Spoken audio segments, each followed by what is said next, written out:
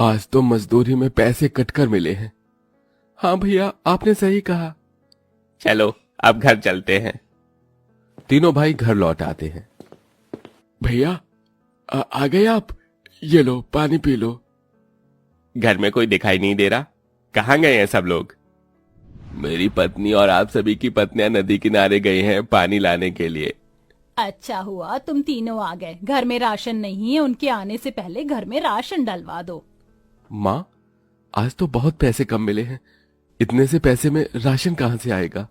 कैसी जिंदगी की कश्मकश है। जिंदगी सुधारने का नाम ही नहीं ले रही। ऊपर से इन बेचारों को कितनी परेशानियां उठानी पड़ती हैं, लेकिन फिर भी हिम्मत नहीं हारती। कोई न कोई जुगाड़ लगाकर हर काम को कर ही लेती हैं। सुजाता के इतना कहने के बाद कुछ ही देर में पांचों बहू नदी किनारे से पानी भरकर घर पर ले आती हैं।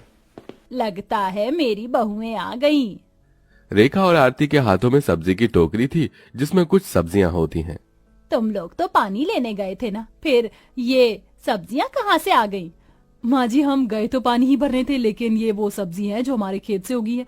ज्यादा गर्मी की वजह से ये रात भर में ही सड़ गई। जिन जिन की सब्जियां इस तरह खराब हुई थी उन्होंने हमें सब्जी वापस लौटा दी।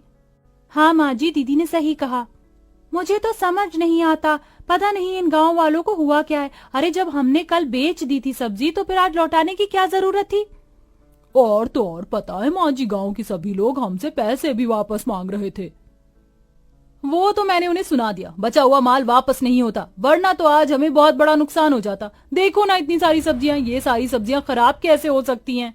क्या ही कर सकते हैं बहू, घर में ही इतनी गर्मी है कि इस गर्मी में हर एक चीज खराब हो रही है। अब हमारे पास कोई फ्रिज तो है नहीं जिसमें हम सब्जियों को संभाल कर रख सके।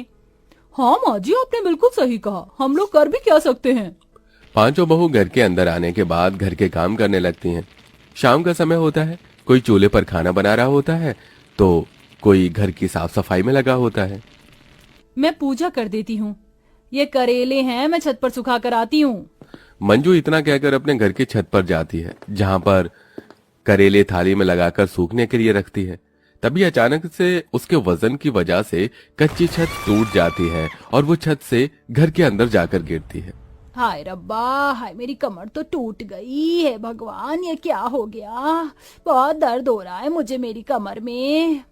उसके गिरने की आवाज से चारों बहू उसके पास आती हैं। अरे अरे, ये क्या हो गया? तुम तो छत से नीचे लुढ़कते हुए गिर गई। ऐसा भी क्या हो गया था? तभी कहते हैं खाना कम खाना चाहिए, नहीं तो वजन ज्यादा होने की वजह से ऐसी दुर्घटना की संभावना बनी रहती है। खुशी की बात सुनकर सब लोग उसका मजाक उड़ाने लगते हैं। हम लोगों का वही हाल है, गरीबी में आटा गीला, कोई काम ठीक से हो ही नहीं सकता। अब देखो ना, छत टूट गई हमारी। परेशान क्यों हो रही हो? छत का जुगाड़ तो हम कर ही लेंगे। वैसे भी पूरे गांव में हम लोग फेमस जो है जुगाड़ू बहुओं के नाम से। हाँ हाँ, तुमने बिल्कुल सही कहा।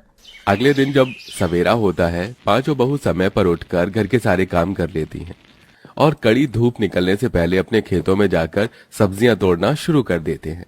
हे भगवान, देखो ये सब क्या हो रहा है।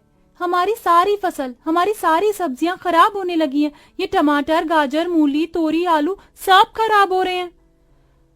ये सब तो गर्मी की वजह से ही हो रहा है। धूप भी तो बहुत तेज निकलती है। थोड़ी सी बारिश हो जाती है तो अच्छा रहता, लेकिन बारिश होने का नाम ही नहीं ले रही। अपनी सब्जियों की ये हालत देखकर पांचों बहुएं वहीं खड़ी की खड़ी रह जाती हैं। हमारे पतियों को दिहाड़ी नहीं मिली, ऊपर से कार्तिक रकुल दोनों को कहीं नौकरी भी नहीं मिल रही। जो भी खेत में बची कुची सब्जियां आए उन्हें निकाल लो, उन्हें बेचकर शाम के खाने के लायक पैसे तो कमा ही लेंगे। खुशी के ये कहने पर पांच बहू मिलकर सब्जियां तोड़कर टोकरी में रख लेती हैं। तो वहीं अंजलि हाथ में चाकू लेकर जो थोड़ी बहुत सब्जी बची होती है और हल्की फुल्की सड़ी होती है, उन्हें काट कर साफ साफ कर सब्जी अपने टोकरी में भर लेती है। अरे ये क्या, सारी सब्जियां आपने क्यों काट कर रखी है? ऐसी कटी हुई सब्जियां तो कोई नहीं खरीदेगा।